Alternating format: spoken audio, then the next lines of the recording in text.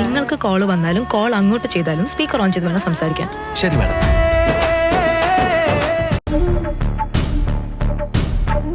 ഇന്ദ്രേട്ടാ, ആ വിനയന്റെ സ്വഭാവം അറിഞ്ഞു വെച്ചോണ്ട് ഇന്ദ്രേട്ടൻ എന്തിനാ രഘുവേട്ടനോട് സംസാരിക്കാൻ പോയത്? അതുകൊണ്ടല്ലേ ആവശ്യമില്ലാത്തൊക്കെ കേൾക്കേണ്ടി വന്നത്. ആ വിനയം പറഞ്ഞത് കേട്ടപ്പോൾ രഘുവിൻ്റെ അവസ്ഥ മോശമാണെന്ന് തോന്നി. നേരിക്കണ്ട് സംസാരിച്ച ഒരു കുടുംബം രക്ഷപ്പെടുമല്ലോ എന്ന് മാത്രമേ ഞാൻ കരുതിയുള്ളൂ. എന്തെങ്കിലും രീതിയിൽ ആളുകൾക്ക് പ്രശ്നം ഉണ്ടാക്കാൻ പറ്റുമെന്ന് ഓർത്താ വിനയം നടക്കുന്നത്. അതിന്റെ ഒപ്പം രഘുവേട്ടനെ അപമാനിക്കാൻ ഒരു അവസരം കൂടി ആവൂല്ലോ എന്ന് ഓർത്തിട്ടാവും അവൻ ഇന്ദ്രേട്ടനെ വന്ന് കണ്ടത്. അതൊക്കെ ശരിയാണ്. പക്ഷേ രഘുവിൻ്റെ കാര്യങ്ങളെല്ലാം അറിഞ്ഞു വെച്ചിട്ട് ഇത്രയും ദിവസം അനു എന്നോട് മറച്ചു വെച്ചാൽ ശരിയായില്ല. അനു, താൻ അറിയാത്ത കാര്യങ്ങളൊന്നും ഇപ്പം എൻ്റെ ജീവിതത്തിലില്ല.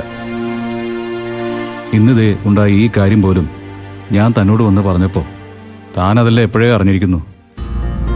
ഇന്ദ്രേട്ടാ, രഘുവേട്ടനെ കുറിച്ച് കേട്ട കാര്യങ്ങളൊന്നും സത്യമാണെന്ന് എനിക്ക് തോന്നിയിട്ടില്ല. അതുകൊണ്ട് ഞാൻ ആ കാര്യത്തിന് അത്ര പ്രാധാന്യമൊന്നും കൊടുത്തിട്ടുമില്ല. അങ്ങനെയല്ലല്ലോ വേണ്ടത്.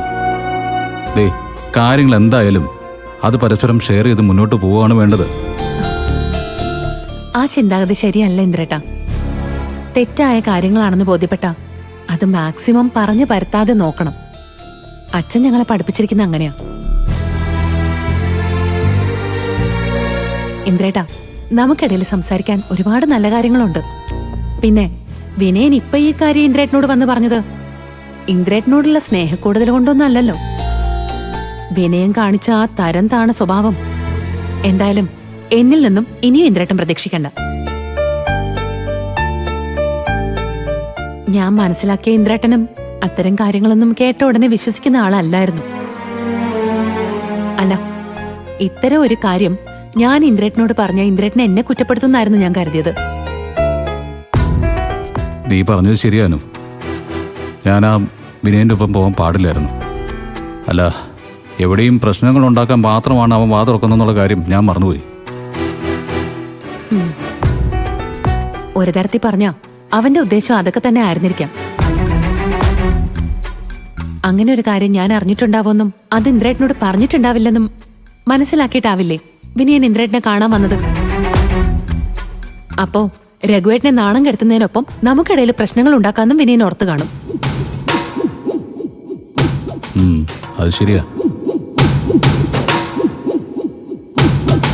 അവന്റെ സ്വഭാവം വെച്ച് അവൻ അങ്ങനെ ചിന്തിച്ചില്ലെങ്കിലേ അത്ഭുതമുള്ളൂ. ആ, എനിക്കൊരു തെറ്റുപറ്റി. ഇന്ദ്രേട്ടാ, അതൊന്നും സാരമില്ല. നല്ല അർത്ഥത്തിലല്ലേ ഇന്ദ്രേട്ടൻ രഘുവേട്ടനെ കാണാൻ പോയത്. അതുകൊണ്ട് അത് ഓർത്ത് വിഷമിക്കേണ്ട കാര്യമൊന്നുമില്ല. പിന്നെ അമ്പിളി ചേച്ചിക്കും രഘുവേട്ടനും ഇടയിലുള്ളത് ചെറിയൊരു സൗന്ദര്യപ്പിണക്കാ. അത് അവര് തമ്മിൽ സംസാരിച്ച് തീർക്കുന്നതാ നല്ലത്. പുറത്തുനിന്ന് ആരിടപെട്ടാലും അതിപ്പം എത്ര അടുത്ത ബന്ധുക്കളാണെന്ന് പറഞ്ഞാലും ആ പ്രശ്നം വഷളാവേ ഉള്ളൂ. അതുകൊണ്ട് തൽക്കാലം ആരും ഇടപെടാതിരിക്കുന്നതാ നല്ലതെന്നാ എനിക്ക് തോന്നുന്നത്. ആ, എന്തായാലും നമുക്ക് വെയിറ്റ് ചെയ്യാം. അല്ലാതെ എന്ത് ചെയ്യാനാ? ആ, എന്നാ പിന്നെ നമുക്ക് കിടന്നാലോ? താമ്പോ.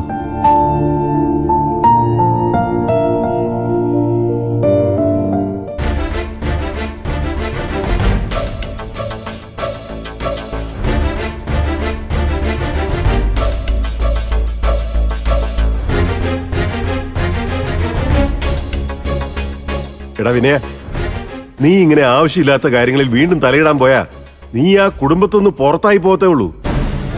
അവരെല്ലാം വീണ്ടും ഒന്നാവും. ഇതുവരെ സംഭവിച്ചിട്ടുള്ളതൊക്കെ അങ്ങനെയാണെന്ന് നിനക്കറിയാലോ. നിനക്ക് എന്താ വിനയ എത്ര പറഞ്ഞാലും മനസ്സിലാവാത്തെ? നീ കുറച്ച് നല്ല കാര്യങ്ങളൊക്കെ ചെയ്ത് മാഷിന്റെയും ചീരുവിന്റെ ഒക്കെ മനസ്സില് ഒരു സ്ഥാനം നേടി വരികയായിരുന്നില്ലേ? അതിനിടയ്ക്ക് നീ എന്തിനാ ഇന്ദ്രനെ കൂട്ടുപിടിച്ച് രഘുവിന്റെ കാര്യത്തിൽ ഇടപെടാൻ പോയത്? എന്റെ അമ്മ, വിനയൻ ഒന്നും കാണാതെ ഒന്നിനും തലയിടത്തില്ല. അമ്പിളി ചേച്ചി തള്ളി പറഞ്ഞപ്പോ രഘുവേട്ടൻ വീണ്ടും മറ്റേ പെണ്ണിന്റെ പുറകെ നടക്കാൻ തുടങ്ങിയിട്ടുണ്ട്. ആ സ്ഥിതിക്ക് ഒരു വലിയ പ്രശ്നം വീണ്ടും ഉണ്ടാവാൻ ഇടയുണ്ട്.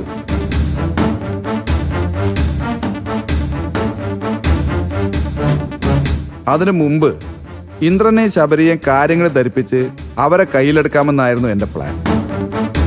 പക്ഷെ ശബരി സ്ഥലത്തില്ല. ഇനി രഘുവേട്ടനും അമ്പിളി ചേച്ചിയും തമ്മിൽ ഉണ്ടാക്കാൻ പോകുന്ന പൊട്ടിത്തെറിക്കിടയിൽ നിന്ന് എനിക്ക് ചീരുവിനെയും മോനെ ഇങ്ങോട്ടേക്ക് കൊണ്ടുവരണം. അതിനെനിക്ക് ചിലരുടെയൊക്കെ സഹായം കൂടിയേ തീരും. ഇന്ദ്രൻ എന്തായാലും കാര്യങ്ങളൊക്കെ മനസ്സിലായിട്ടുണ്ട്. തൽക്കാലം അത് മതി.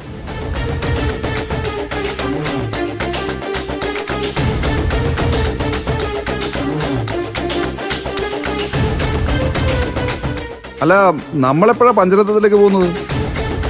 നിങ്ങൾക്ക് രണ്ടുപേർക്ക് സൗകര്യപ്രദമായ ഒരു ദിവസം പറ, നമുക്കങ്ങ് പോവാം. വീണ്ടും എന്തിനാടാ അങ്ങോട്ട് പോകുന്നേ? നീ ഇന്നലെയല്ലേ അവിടെ പോയിട്ട് വന്നേ? കൂടെ കൂടെ അവിടെ പോയി ഉള്ള പേരും കൂടി കളയണോ? ഞാൻ പോകുന്ന കാര്യമല്ല അമ്മേ പറഞ്ഞത്. അമ്മയും അമ്മാവനും കൂടി പോയി മോന്റെ നൂലുകെട്ട് ഉറപ്പിക്കണ്ടേ? അതിന് നിങ്ങൾ പോകുന്ന കാര്യമാണ് ഞാൻ പറഞ്ഞത്. പിന്നെ പോകുന്നത് എന്റെ വണ്ടിയിലായതുകൊണ്ട് ഞാനും കൂടി വന്നല്ലേ പറ്റൂ. എന്നെ നിങ്ങളൊരു ഡ്രൈവറായിട്ട് കണ്ടാൽ മതിയെന്നേ. ഞങ്ങൾ അങ്ങനെ കണ്ടാലും നിനക്കൊരു ചുക്കുമില്ലെന്ന് ഞങ്ങൾക്കറിയാം. അതുപോലല്ല ചീരു അവളുടെ വീട്ടുകാരും. ഇടം മറ്റുള്ളവരുടെ മുമ്പിൽ ഒരു മതിപ്പുണ്ടാക്കാൻ പാടാ. അതില്ലാതാവാൻ ഒറ്റ നിമിഷം മതി. ശരി, ഇനിയിപ്പോ ഞാൻ വരുന്നതാണ് പ്രശ്നമെങ്കിൽ അത് വിട്ടേക്ക്. ഞാൻ നിങ്ങൾക്ക് പോകാൻ ഒരു ഡ്രൈവറെ ഏർപ്പാടാക്കി തരാം. നിങ്ങൾ നാളെ തന്നെ പോയി നൂലുകെട്ട് ഫിക്സ് ചെയ്തിട്ട് ഇങ്ങോട്ട് വാ. മോനെ, അത് പ്രത്യേകിച്ച് ഫിക്സ് ചെയ്യാനൊന്നുമില്ല. കുഞ്ഞ് ജനിച്ച് 28-ാം ദിവസം നൂലുകെട്ട്, അതാ അതിന്റെ കണക്ക്. ആ സമയാകുമ്പോ ചീരുന്റെ വീട്ടുകാർ നമ്മളെ അറിയിക്കും. അന്ന് നമ്മൾ അങ്ങോട്ട് പോയി കുഞ്ഞിന്റെ നൂലുകെട്ട് നടത്തുന്നു. അതാ ചടങ്ങ്. അല്ലാതെ കല്യാണം പോലെ നേരത്തെ ചെന്ന് ഉറപ്പിക്കേണ്ട കാര്യമൊന്നുമില്ല.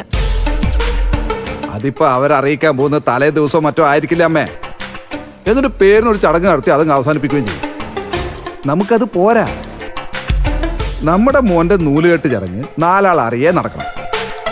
പഞ്ചരത്നത്തിലെ എല്ലാ ബന്ധുമിത്രാദികളും സാക്ഷ്യം വഹിക്കാൻ അവിടെ ഉണ്ടാവുകയും വേണം.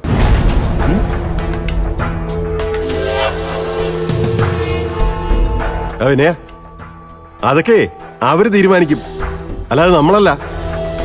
അവരുടെ കൊക്കിൽ ഒതുങ്ങുന്ന രീതിയിൽ അവർ നടത്തും. അത് പോരാ മാമ. അതുകൊണ്ടാണ് നമ്മൾ പോയി സംസാരിക്കണമെന്ന് ഞാൻ പറയുന്നത്. ബാക്കി എല്ലാ കുട്ടികളുടെയും ചടങ്ങ് പഞ്ചരത്നത്തിൽ വെച്ച് സൂപ്പറായിട്ട് നടന്നിട്ടുണ്ട്. ഇത് അതിലും സൂപ്പറായിരിക്കണം. അത് മാത്രമല്ല, നൂലുകെട്ട് ചടങ്ങ് കഴിഞ്ഞ ഉടനെ ചീരുവിനെയും മോനെയും നമ്മുടെ കൂടെ ഇങ്ങോട്ടേക്ക് അയക്കാൻ പറ്റുമോ എന്ന് കൂടി അമ്മയും മാമനും അച്ഛനോടൊന്ന് സംസാരിക്കുകയും കൂടി വേണം. പോയാലൊരു വാക്കല്ലേ. ഏതായാലും നിങ്ങളൊന്ന് ആലോചിക്കും. നാളെ തന്നെ പോയാൽ അത്രയും നല്ലത്.